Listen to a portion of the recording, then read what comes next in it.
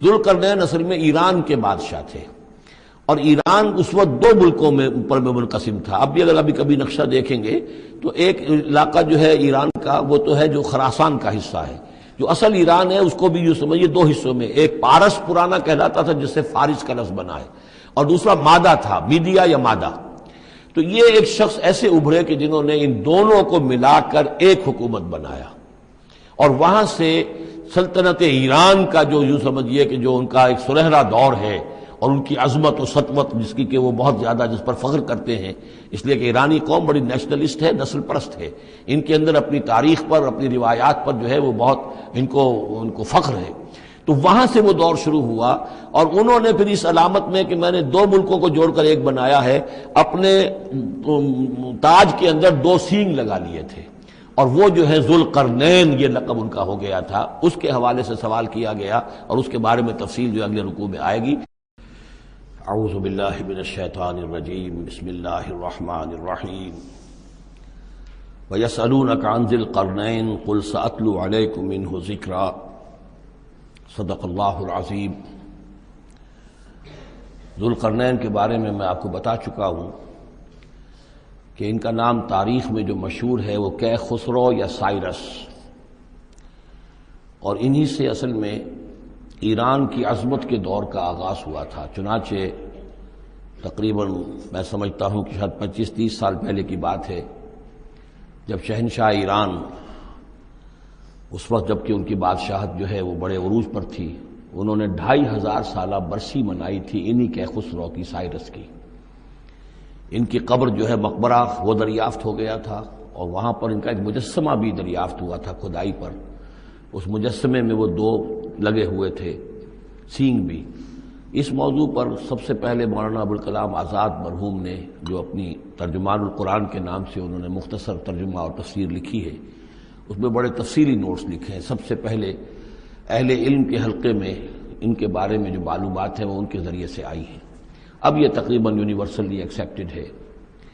پھر سوال پیدا ہوتا ہے کہ ان سے کیا دلچسپی یہود کو تھی، تو وہ بھی سمجھ لیجئے کہ نبوکدنضر نے 587 قبل مسیح میں حملہ کیا تھا فلسطین پر، اور نبوکدنضر عراق کا بادشاہ تھا۔ اس مڈل ایسٹ کو ذہن میں رکھیے کہ میڈیٹرینین کے بالکل ساتھ ہے ملک شام،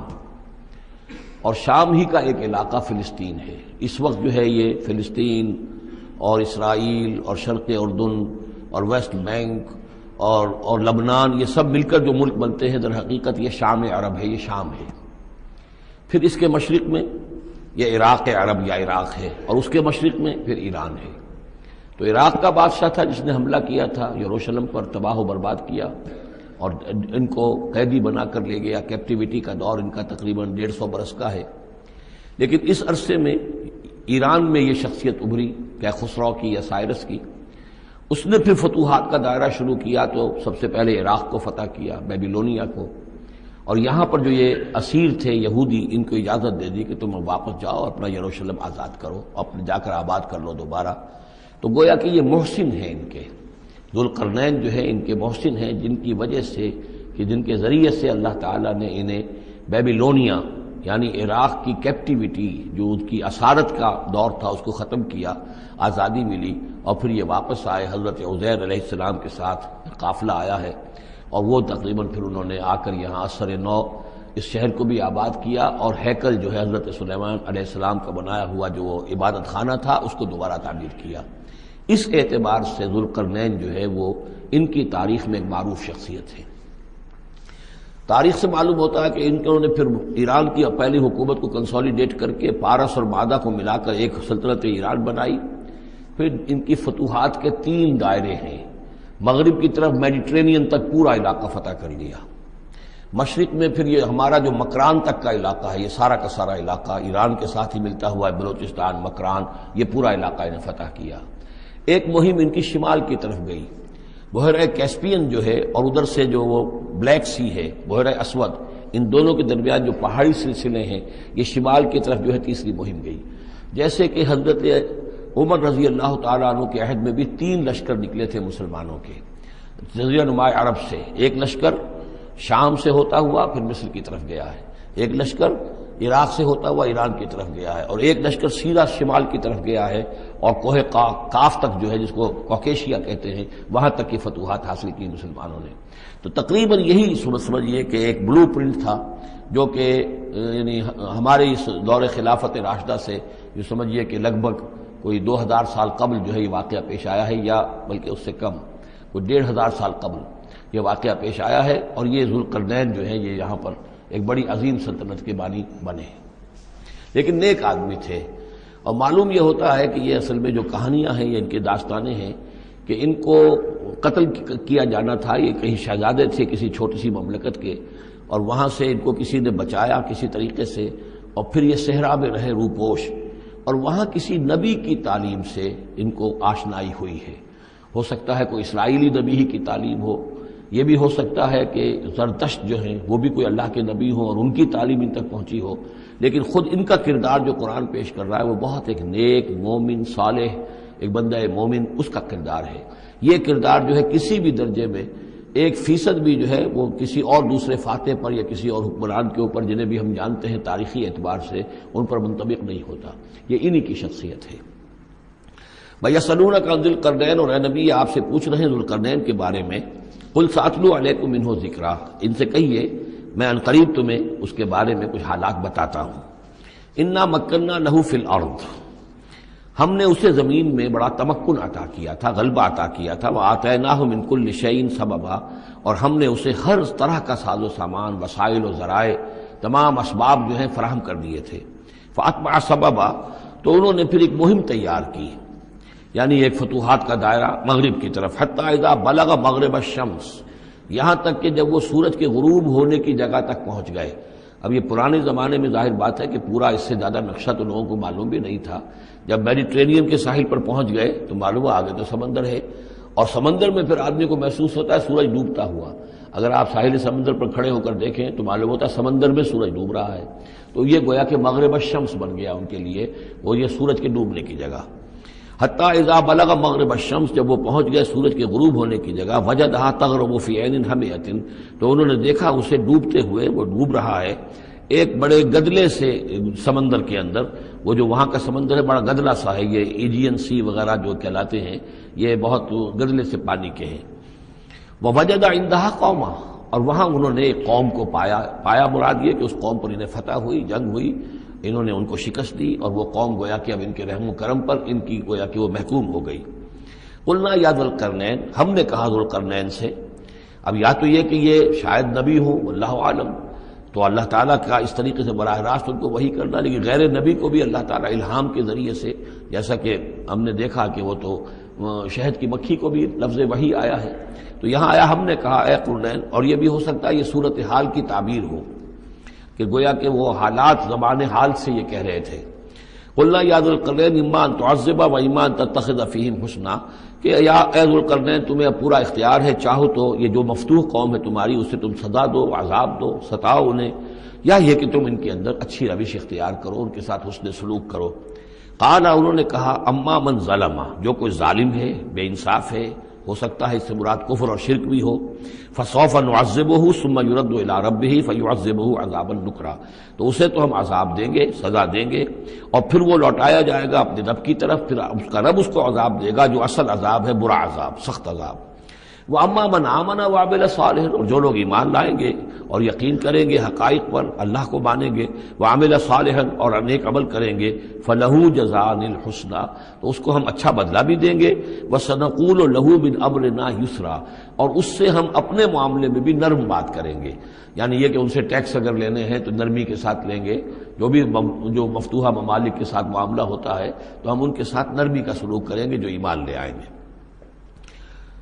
ثم اتبع سبابا، مغرب کی طرف سے فارغ ہو کر پھر اب یہ مشرق کی طرف گئے، پھر انہوں نے ایک اور مہم کا بندوبست کیا، حتی اذا بلغ مطلع الشمس، یہاں تک کہ جب وہ سورج کے طلوع ہونے کی جگہ تک پہنچ گئے۔ اب یہ جہاں تک تاریخی طور پر ثابت ہے وہ صرف مکران کے علاقے تک اتنی دور تک آئے ہیں، واللہ عالم، ہو سکتا ہے کہ مکران کے ساحل پر کھڑے ہو کر بھی انہیں محسوس ہوا ہو کہ بس اب یہ سورج جو ہے غروب ہو رہا ہے یا طلوع ہو رہا ہے وہاں سے، مطلع الشمس۔ تو وہاں جب پہنچے،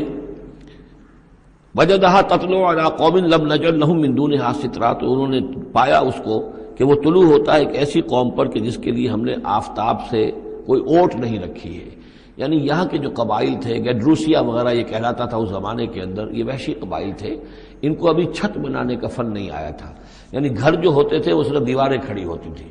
کہ جو خالی پلاٹ ہے زمین کا اس میں یہ دیوار کھڑی ہے، یہ میرا گھر ہے، تمہارا گھر ہے، لیکن گھر میں چھت وغیرہ کا بھی کوئی تصور ان کے ہاں نہیں تھا. ظاہر بات ہے کہ چھت ڈالنا جو ہے یہ تو ایک تمدن کے ارتقاء کے دور کی علامت ہے. تو وہ بغیر کسی سورج کے سائے کے وہ اپنی زندگی گزارتے تھے. کذالک،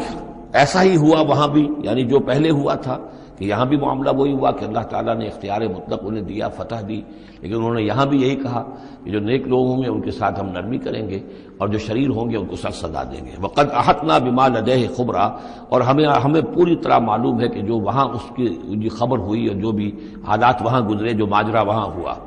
ثم اتبع سببا، اب یہ تیسری آ رہی ہے، ثم اتبع سببا، پھر اس نے ایک اور مہم تیار کی. یہ شمالی مہم ہے. حتی اذا بلغ بین السدین، یہاں تک کہ جب وہ دونوں پہاڑوں کے درمیان پہنچ گئے، دو دیواروں کے درمیان پہنچ گئے. تو یہ سمجھ لیجئے بحیرہ کیسپیئن داہنی طرف ہے، مشرق میں بحیرہ اسود، بحر اسود، اس کے درمیان یہ سلسلہ کوہ ہے اور یہ پیرلل چلتے ہیں دو، اور ان کے درمیان سے پھر وہ درے ہیں کہ جن میں سے ہو کر شمالی علاقے سے جو وحشی قبائل تھے وہ آ کر یہاں حملہ کرتے تھے، تاخت و تاراج کرتے تھے، لوٹ مار کر کے چلے جاتے تھے، جن کو یاجوج ماجوج کہا گیا ہے. حتی اذا بلغ بین السدین، جبکہ یہ پہنچے ان دونوں دیواروں کے درمیان، وجد من دونہما قوما، تو انہوں نے پایا ان دونوں کے ورے ایسے لوگوں کو، لا یکادون یفقہون قولا، یہ لوگ بھی ایسے تھے غیر متمدن، کوئی بات سمجھتے نہیں تھے، یعنی زبان ایسی ہوگی کہ جو ان کی سمجھ میں نہیں آ رہی تھی، لیکن یہ کہ کسی نہ کسی ذریعے سے انہوں نے اپنا ایک مطلب، اپنی ایک عرضداشت پیش کی. قالوا یا ذا القرنین، انہوں نے کہا کہ اے ذو القرنین، ان یاجوج و ماجوج مفسدون فی الارض، یاجوج اور ماجوج جو قومیں ہیں یہ زمین میں بہت فساد مچانے والی ہیں. فہل نجعل لک خرجا، تو کیا ہم آپ کے لیے ایک سالانہ خراج مقرر کر دیں، الا ان تجعل بیننا و بینہم سدا، اس کے عوض کہ آپ ہمارے اور ان کے درمیان ایک سد تعمیر کر دیں، ایک دیوار حائل کر دیں کہ وہ ہم پر حملہ آور نہ ہو سکے، یعنی درے کو بند کر دیا جائے. یوں سمجھیے جس اصول پر کہ آج کل ڈیم بنتے ہیں. ڈیم کیا ہے کہ ایک پہاڑی سلسلہ یوں آ رہا ہے، ایک پہاڑی سلسلہ یوں آ رہا ہے، دریا درمیان میں سے گزر رہا ہے، آپ نے گزرگاہ پر ایک دیوار کھڑی کر دی تو یہ گویا کہ ایک آرٹیفیشل لیک کریٹ ہو گئی، پانی یہاں جمع ہو رہا ہے. تو اگر پہاڑی سلسلے دو چل رہے ہوں، ان کے درمیان جو راستہ ہے اس کو اگر بند کر دیا جائے، ایک دیوار کھڑی کر دی جائے اور اس دیوار کے مضبوط دیوار ہو، تو ظاہر بات ہے کہ پھر ادھر سے کوئی آ کر حملہ آور نہیں ہو سکتا، ان کے لیے ایک حفاظت کا سامان ہو جاتا ہے. یہاں یہ سمجھ لیجئے کہ یاجوج ماجوج سے کیا مراد ہے. حضرت یافس علیہ السلام، جو تین بیٹے تھے حضرت نوح علیہ السلام کے، سام، حام، یافس. سامی نسل کے بارے میں تو ہم نے بہت کچھ سمجھ لیا کہ حضرت ابراہیم بھی سامی نسل سے تھے، پھر قوم عاد بھی سام ہی کی نسل کی ایک شاخ تھی، قوم سمود بھی اسی کی شاخ تھی. یہ تمام جو ہے یہ تو سیمیٹک ریسز ہیں. حضرت یافس کی اولاد نے یہ سینٹرل ایشین ماؤنٹینز کا جو سلسلہ ہے اس کو کراس کیا اور شمال میں چلے گئے، اور شمال میں جا کر دائیں بائیں پھیل گئے. پھر یہ میدان ہے، ٹنڈرے کے میدان اور فلانے میدان اور بڑے بڑے کھلے میدان ہیں. تو گویا کہ ایشیا کو درمیان میں جو سلسلہ کوہ تقسیم کر دیتا ہے، ایک شمالی حصہ ہے، ایک اس کے جنوبی حصہ ہے. یہ شمالی میں چلے گئے اور جا کر پھر پھیلنے میں وہ مشرق کی طرف آئے تو چین اور ہند چینی تک یہ ساری قومیں جو ہے یہ یلو ریسز، یہ انہی کی نسل سے ہیں. اور مغرب میں چلے تو روس، اور روس سے ہو کر روس کے ساتھ ملتا ہوا علاقہ ہے اسکینڈینیوین کنٹریز کے ساتھ، پھر وہاں سے وہ اتر کر، اور یورپ کے بھی جو یہ مغربی ممالک ہیں، اینگلو سیکسنز جو ہیں، یہ بھی در حقیقت اسی سے اسکینڈینیوین کنٹریز سے اترے ہوئے لوگ ہیں. تو یوں سمجھ لیجئے کہ ویسٹرن یورپ اور ایسٹرن یورپ کا بھی خاص طور پر شمالی علاقہ، اور پورا یہ روس کا علاقہ، اور پورا صحرائے گوبی، اور پورا چین، اور وہاں تک جو ہے ہند چینی تک، یہ یافس کی نسل ہے. یافس کے جن بیٹوں کے نام تورات میں آئے ہیں، کئی نام ہیں، وہ کوئی ایک دو نہیں، ان میں گوگ اینڈ میگوگ بھی ہے، توبال بھی ہے، موسک بھی ہے. موسک ایک شخص کا نام ہے، اور ماسکو ہو سکتا ہے کہ اسی نے آباد کیا ہو اور وہیں سے وہ نام بنا ہو. توبال اور بالٹک سی جو ہے اس ایریا کے اندر جو ہے بالٹک سٹیٹس، توبال ان کے ایک بیٹے کا نام تھا. یہ تورات کے اندر نام دیے گئے ہیں. گوگ اینڈ میگوگ، یاجوج ماجوج، یہ بھی انہی کے بیٹوں کے. یہ تمام اقوام جو ہے یہ وحشی ہیں، اور یہ تاخت و تاراج کرنا، لوٹ مار کرنا، یہ ان کا طریقہ ہے، اور ان کا ہے ذکر جو یہاں پر ہو رہا ہے. یہ جو سیلاب آیا تھا، کولونیل سیلاب جو ہم پر آیا تھا، جس میں کہ یہ اینگلو سیکسنز تھے، یہ سب کے سب جو ہیں یہ اسی نارڈک ریسز سے ہیں، یہ بھی یاجوج اور ماجوج کی نسل ہیں۔ ایک سیلاب ان کا آ چکا ہے جو آیا تھا یورپ کے سے نکل کر، یہ کولونیل سیلاب آیا اور پوری دنیا کے اوپر چھا گیا تھا، ایشیا اور افریقہ کو انہوں نے فتح کیا، کولونائز کیا۔ اب اگرچہ ان کی وہ بساط ایک دفعہ تو لپیٹ دی گئی ہے، وہ واپس چلے گئے ہیں، انڈائریکٹلی ہم پر حکومت کر رہے ہیں۔ ابھی ان کے جو ملٹی نیشنلز ہیں ان کے ذریعے سے یا بینکوں کے ذریعے سے، آئی ایم ایف کے ذریعے سے، ورلڈ بینک کے ذریعے سے انڈائریکٹ حکومت ہے جو نیو ورلڈ آرڈر ہے۔ لیکن یہ ہے کہ ابھی ایک اور جو سیلاب ان کا آنے والا ہے وہ آتا ہے احوال قیامت کے معاملات میں۔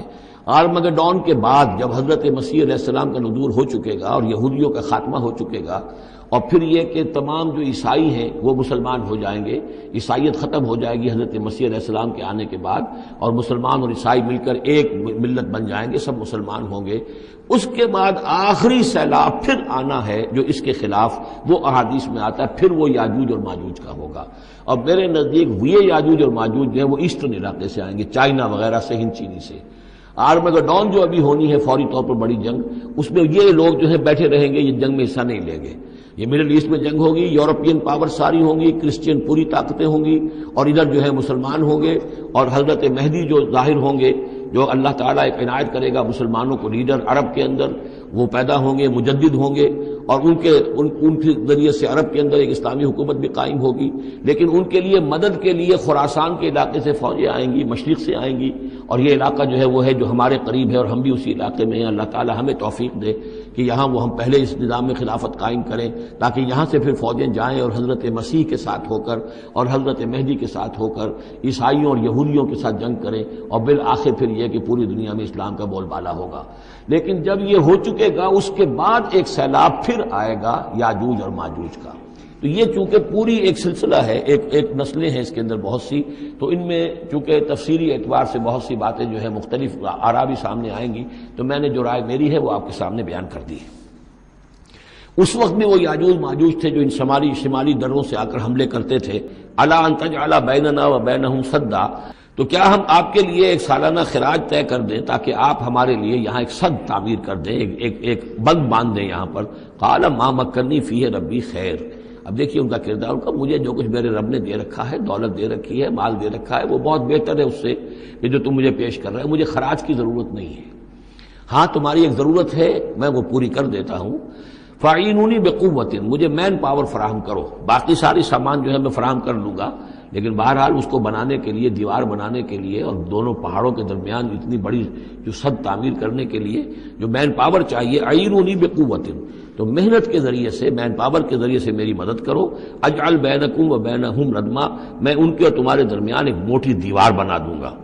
آتونی زبر الحدید، لاؤ میرے پاس تختے لوہے کے۔ حتی اذا ساوا بین الصدفین، یہاں تک کہ جب دونوں جو اونچانے تھیں اس کے درمیان کا پورا علاقہ پر ہو گیا، بھر گیا، وہ لوہے کے تختے جو ہیں اس کے اندر بھرے جا رہے ہیں۔ حتی اذا ساوا، برابر کر دیا دونوں پھانکوں تک پہاڑ کی، قال انفخوا، اب ان کا کہ آگ جلاؤ اس کے نیچے، وہ دہکا دی بھٹی جس سے کہ اب وہ لوہا گرم ہوا اور لوہے کی تختے جو ہیں وہ گرم ہو گئے۔ حتی اذا جعلہ نارا، جبکہ وہ سارے کے سارے لوہے کے جو تپ گئے خود اور سرخ ہو گئے۔ قال آتونی افرغ علیہ قطرہ، تو کہا لاؤ میرے پاس پگھلا ہوا تانبا کہ میں اس کے اوپر انڈھیل دوں۔ تو اس طریقے سے گرین فورس کنکریٹ سے بھی 10 گنا سمجھیے مضبوط شے انہوں نے بنا دی کہ اس میں لوہا اور پھر لوہا سیسا یا تانبا پلایا ہوا، تو اس طریقے سے ایک بڑی مضبوط دیوار قائم کر دی۔ اس دیوار کے جو آثار اب بھی موجود ہیں، دیوار تو موجود نہیں ہے، یہ داریال اور دربند کے درمیان یہ کشادہ راستہ ہے اب بھی، یہ ویسٹ کوسٹ جو ہے کیسپین کا، اس کے ساتھ اس کی لمبائی 50 میل اور اس کی اونچائی 29 فٹ اور 10 فٹ چوڑی یہ دیوار تھی جو اس وقت بنی ہے۔ یعنی جس طریقے سے کہ بنتے ہیں بڑے بڑے بند، ان سے بھی بڑی یہ تھی سد تعبیر کی گئی۔ السد العالی کہلاتا ہے اسوان ڈیم جو ہے، جو مصریوں نے بنایا تھا، بہت بڑا ڈیم، السد العالی، اونچی دیوار۔ تو ہمارے ہاں یہ تربیلا اور منگلا یہ سب کیا ہے، یہ اسی طرح کے ڈیم ہیں کہ پہاڑی سلسلے آ رہے ہیں، دریا جا رہا تھا، وہاں آپ نے دیوار کھڑی کر دی، پانی رک گیا اور وہ جھیل بن گئی۔ فَمَسْتَطَاعُوا أَن يَظْهَرُوهُ، تو انہوں نے کہا کہ اب یہ لوگ نہ تو یہ اس کے اوپر سے آ سکیں گے، اس کو نہ چڑھ سکیں گے، وَمَا اسْتَطَاعُوا لَهُ نَقْبًا، نہ اس میں کوئی سوراخ لگا سکیں گے، نقب لگا سکیں گے۔ قَالَ هَذَا رَحْمَةٌ مِّن رَّبِّي، یہ سب اتنا بڑا کارنامہ کر کے بھی انہوں نے کہا یہ سب رحمت ہے میرے رب کی طرف سے، میرا کوئی کمال نہیں، یہ سب اللہ کی طرف سے ہے۔ فَإِذَا جَاءَ وَعْدُ رَبِّي، اور جب میرے رب کا وعدہ آئے گا، جَعَلَهُ دَكَّا، وہ اس پوری دیوار کو جو ہے ریزہ ریزہ کر دے گا، ختم ہو جائے گی دیوار۔ اب وہ دیوار وہاں موجود نہیں ہے، وہ ختم ہو چکی ہے امتداد زمانہ سے، اب اس کے کوئی آثار باقی نہیں رہے، بس آثار معلوم ہو جاتے ہیں کہ یہاں وہ دیوار ہوتی تھی، جس سے یہ میں نے ڈائمنشنز آپ کو دیے ہیں۔ وَكَانَ وَعْدُ رَبِّي حَقًّا، اور میرے رب کا وعدہ جو ہے وہ حق ہے، سچ ہے، پورا ہو کر رہے گا۔ وَتَرَكْنَا بَعْضَهُمْ يَوْمَئِذٍ يَمُوجُ فِي بَعْضٍ، اب جب یہ وقت آئے گا اللہ تعالیٰ کا قیامت کا وقت، تو ہم چھوڑ دیں گے اس روز ان کو، یہ ایک دوسرے میں گتھم گتھا ہو جائیں گے۔ یہ جو کچھ ہونے والا ہے قرب قیامت سے پہلے، جس قسم کے لشکر آنے ہیں اور جیسی جنگیں ہونی ہیں، اور یہ جو یاجوج ماجوج جب آئیں گے تو آتا ہے احادیث کے اندر کہ پورے دریا اور پورے سمندر پی جائیں گے، ہر چیز کھا جائیں گے، اور یہ معلوم ہوتا ہے کہ یہ چینیوں کے ہاں تو خاص طور پر سانپ بچھو جو شے ہو، کتا بلی، ہر شے چٹ کر جاتے، کوئی شے نہیں چھوڑتے۔ اور میں سمجھتا ہوں کہ شاید آدم خور بھی ہو یہ کہ کسی وقت میں جب ان کو ضرورت پڑے تو آدمی کو بھی کھا جائیں، جو کتے کو، بلی کو، سانپ کو، بچھو کو، ہر چیز کو کھا جاتے۔ تو ان لوگوں کا معاملہ جو ہے واقعتاً یہ جب ابھی تو ذرا رکے ہوئے ہیں، کنٹینڈ ہے ایک طرح سے، لیکن ایک وقت میں ان کا بند کھلے گا، اور چونکہ پھر یہ جو ہے تمام چاروں طرف ان کے پہاڑ ہیں، ہر پہاڑ کی اونچائی پر سے من کل حدب ینسلون نیچے اترتے ہوئے نظر آئیں گے۔ اور یہ نقشہ بعین ہی اسی طرح اخبارات میں آیا تھا جب 62 میں وار ہوئی ہے نیفا میں، جو ہندوستان کا مشرقی جو علاقہ تھا جہاں کے چین اور بھارت کی جنگ ہوئی ہے، تو اس کے الفاظ جو اخبارات میں آئے تھے، waves after waves of Chinese soldiers were coming down the slopes, لہروں کی طرح، موجوں کی طرح چلے آئے۔ ان کے اتنے آدمی ہیں، ان کا تو کہنا یہ ہے کہ تم سب کے سب ہلاک ہو جاؤ گے، ہمیں تم ہلاک نہیں کر سکتے، ہم تو چیونٹیوں کی طرح جو ہے بلوں کے اندر گھس جائیں گے، ایٹمک وارفیئر کے بعد تمہارا تہس نہس ہو جائے گا، ہمارا کچھ نہیں بگڑے گا، ہم پھر نکلیں گے اور پوری دنیا کو فتح کریں گے، وہ یہ کہتے ہیں۔